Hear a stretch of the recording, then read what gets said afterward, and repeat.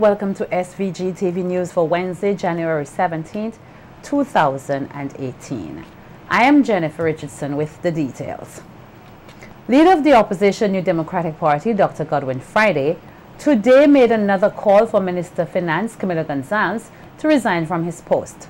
Dr. Friday made this call at a media conference hosted by the NDP at the party's headquarters, where he addressed the controversy surrounding the finance minister and former fashion model Yogi Farrell. Dr. Friday said the Minister of Finance has a duty to assist in improving the lives of Vincentians and expressed disappointment that the nation is instead concentrating more on the allegations leveled against him by the former fashion model than on the economic affairs of the country. The opposition leader added that the choice of Minister Gonzalez to remain silent on the matter is not a proper one in the interest of the people of SVG, and he should resign. Helping people, farmers, fishermen, young people to improve their lives. This country has gone through too many scandals, sexual and otherwise, under this ULP government. The time is up.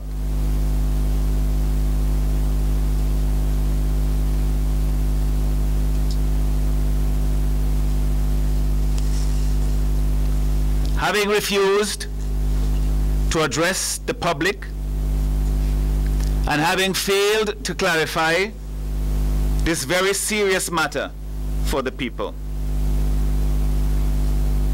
Camilo Gonzalez has but one choice. I call on him to do the right and the honorable thing and resign. For the good of the nation, he must go.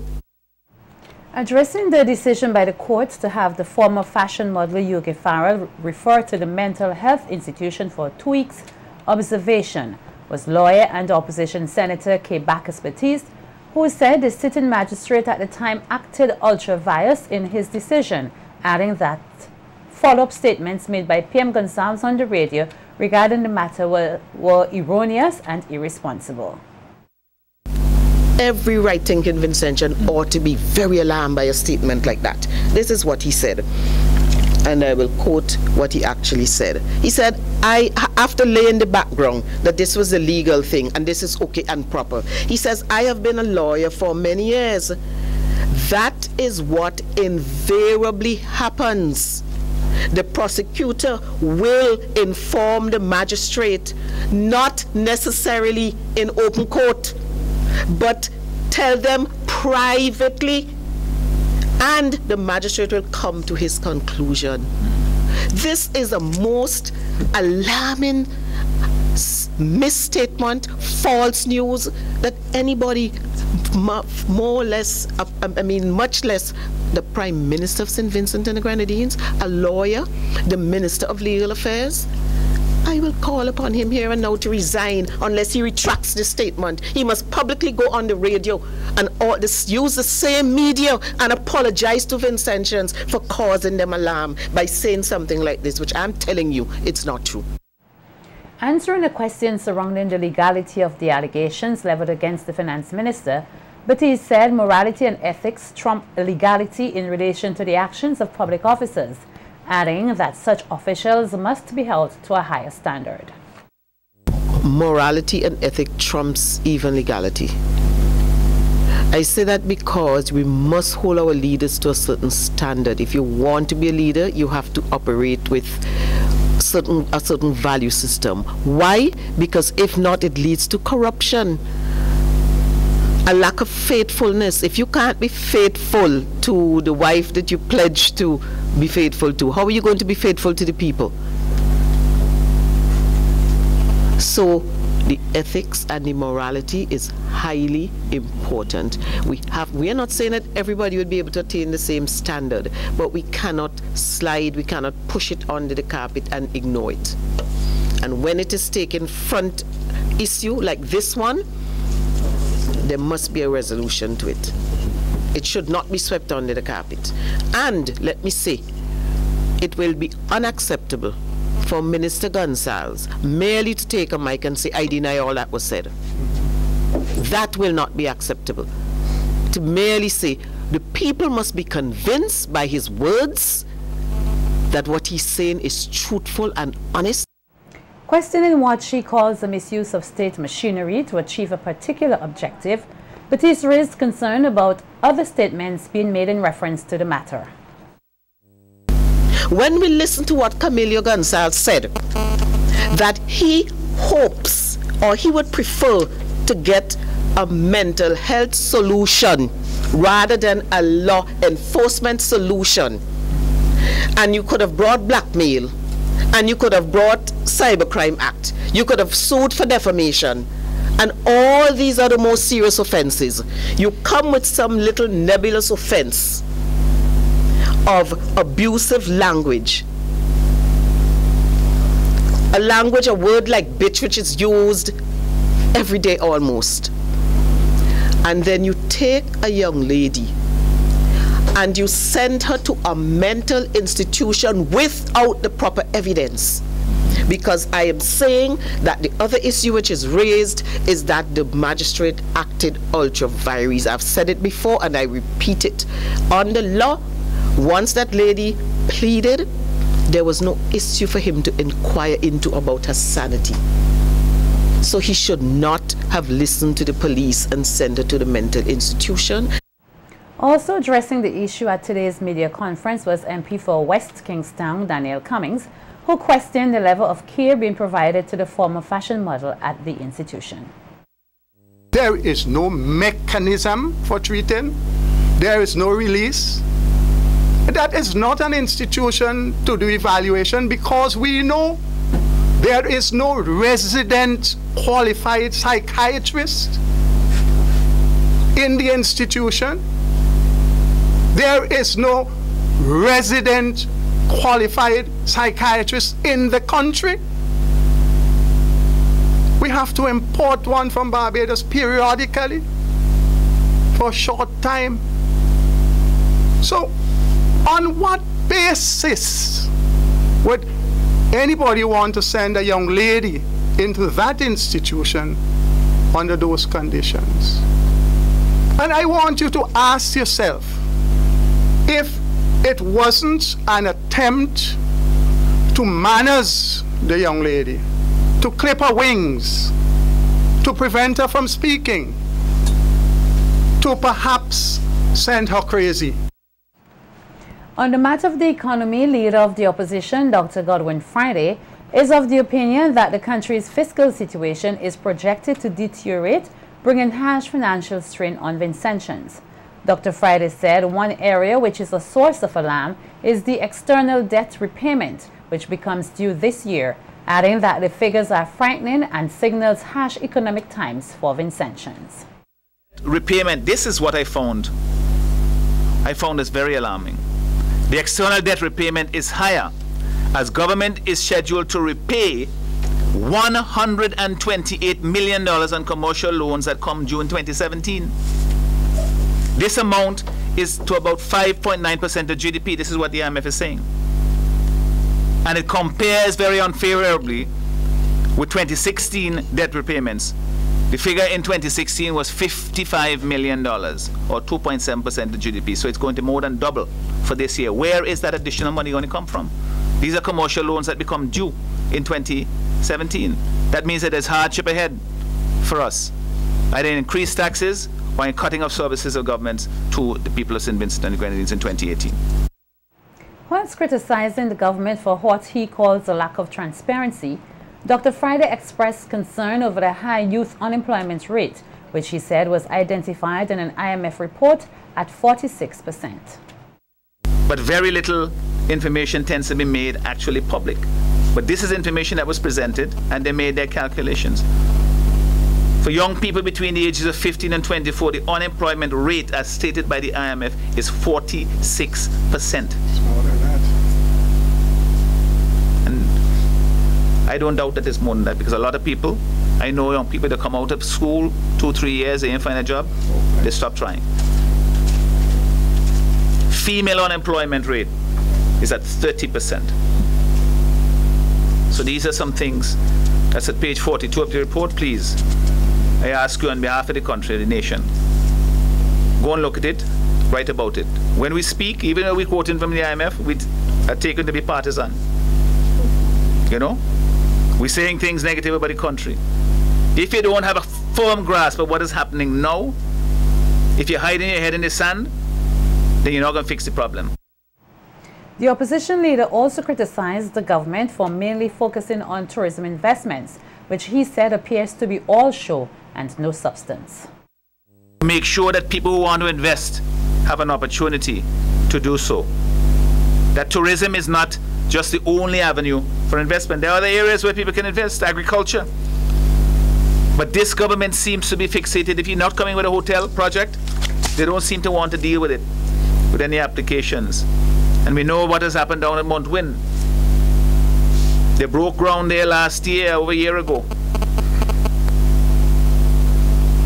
They actually broke ground, you know. Minister was there. I don't know if the Prime Minister was there. Developers were there. And they broke ground. I inquired at the planning department if the plans had been submitted, because obviously they're intending now to start work. I was told there were no plans. So you break ground and you don't have to submit plans yet to the planning department.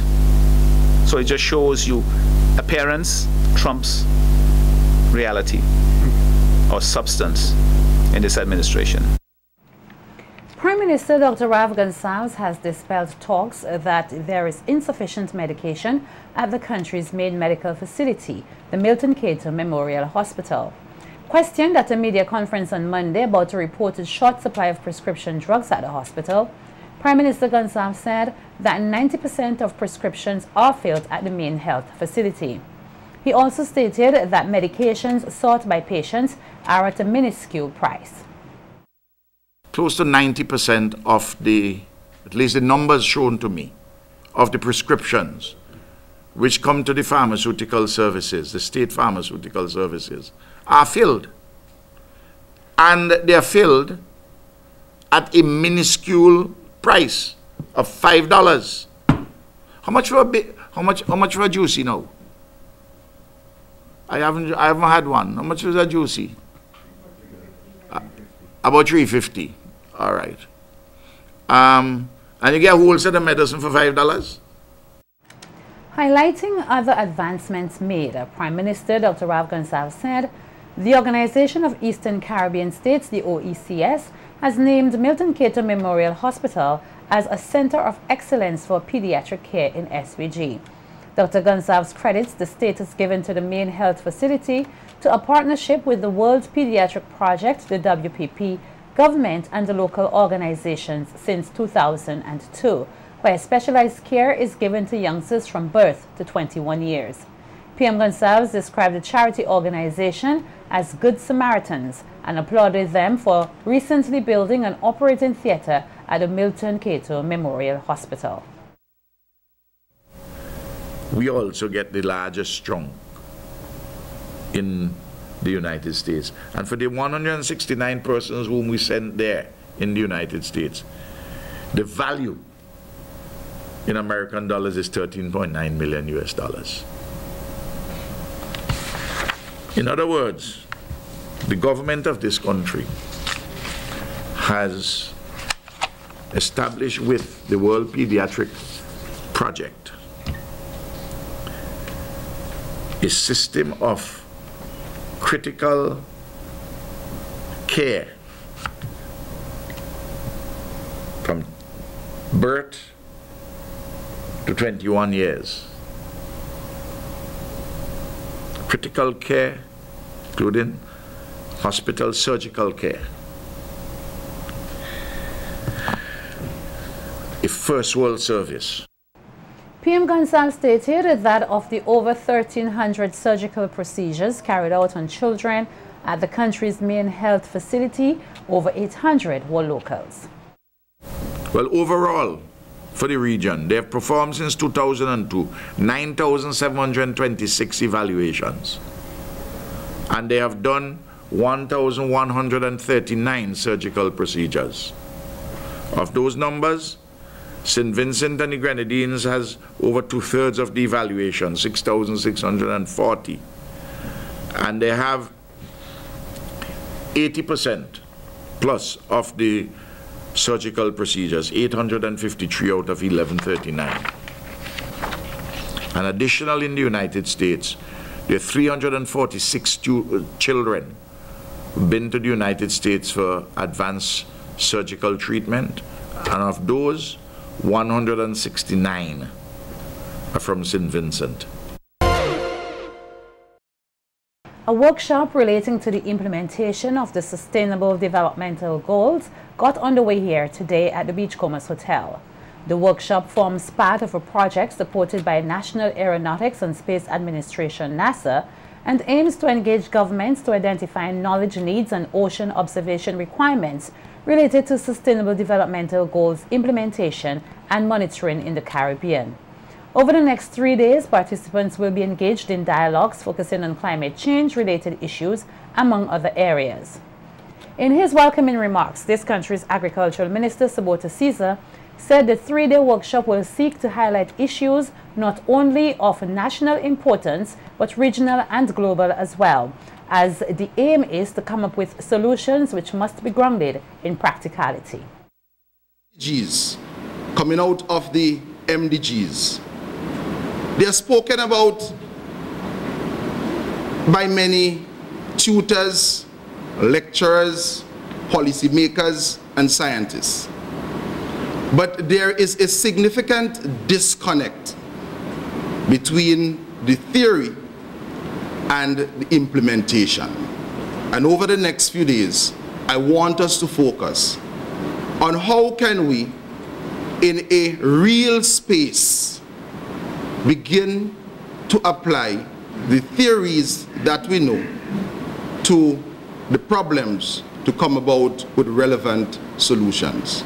Many of the persons who will benefit in the long run from this workshop are not even aware that the workshop is being conducted. And I really want to thank persons who took the time off from their work, who have traveled long distances, put many things aside to be here. Raising the question as to where the region will stand in 2030 as it pertains to its quest in achieving the Sustainable Development Goals, Minister Caesar praised the organizers and all parties present for partaking in such a timely initiative. Many meetings that we had via telephone, via emails, even though sometimes I responded 2 months late. But I really want to say that this is a step in the right direction, and to note that on many occasions, meetings and workshops like these, they come out of a state intervention. This is coming out of a grassroots intervention. It is basically a request by the people, and there is already a community that has been identified for study. And I want to wish us all the very best over the next few days, and it is definitely going to be a learning process. Chairperson at today's event, Dr. Hans-Peter Plagg, further outlined the goals of the 3-day proceedings. To understand what the users need, but we very seldom talk to the users. We very seldom talk to the stakeholders. We assume to know what governments need from us. And this workshop is an attempt to bring us all together, and mapping the dialogue between you is really what we need to do. Each session, try to identify 2 things that you think are working very well, depending on the topic of the session, and 2 things where we have a challenge. And then write it down and give it to us. And then we will have 40 times, 6 sessions, times 4 statements from each of you. And we will try to analyze this and try to understand what is really needed, what is working, and where do we need to do something. That's all I want to say about this workshop. So please let us all work together. The Student Guild of the Open Campus of the University of the West Indies, the UWI, will host its annual Guild Fest from January 20th to January 26, 2018. This year, the UWI is celebrating its 70th anniversary of existence, while the UWI Open Campus celebrates 10 years. These milestones will be recognized during the festival under the theme 70 Years of the Rising Western Light, 10 years of getting the online modality right. Guildfest 2018 will start with a church service this Saturday and Sunday, followed by the Guild's annual general meeting on Monday the 22nd January via Blackboard Collaborate. Tuesday the 23rd January is I Am UWI Day. Wednesday the 24th, 2018, Councillors Day. Thursday the 25th January 2018, a panel discussion will be held via Blackboard Collaborate. Friday with a Guild cocktail and awards on the 26th of January 2018. The Guild is inviting all present and past students to participate in the activities and wear orange during the week. And the Embassy of the Republic of China on Taiwan will be holding the first of 2 scheduled presentations for the 2018 Taiwan Scholarship Programs next week. The first presentation will take place at French's House on Tuesday, January 23rd at 4 p.m. The other scheduled presentation will take place on Tuesday, February 6th at the Lecture Hall 2 of the Lecture Hall 2 of the SVG Community College beginning at 4 p.m. Vincentians who are interested in applying for the Taiwan scholarships, namely MOFA Taiwan Scholarship and Taiwanese CDF Scholarship, are invited to these presentations. The embassy says during the upcoming presentations, it will make an introduction of the scholarship programs, including their respective qualifications, requirements, and application procedures. Members of the SVG Taiwan Scholar Alumni Association will also be present to share their experiences of studying and living in Taiwan. Project managers from the Taiwan Technical Mission in SVG will brief on degree programs in the area of agriculture and ICT in Taiwan. The Taiwan Scholarship Programs were launched in 2004 to encourage outstanding Vincentians to pursue higher education in Taiwan. It aims to enhance cultural and people-to-people exchanges between the Republic of China and Taiwan and St. Vincent and the Grenadines. More than 143 Vincentians have been awarded the scholarship since their inception. Last year, there were 17 scholarship awardees. The deadline is March 16th for Taiwanese CDF Scholarship and March 31st for MOFA Taiwan Scholarship.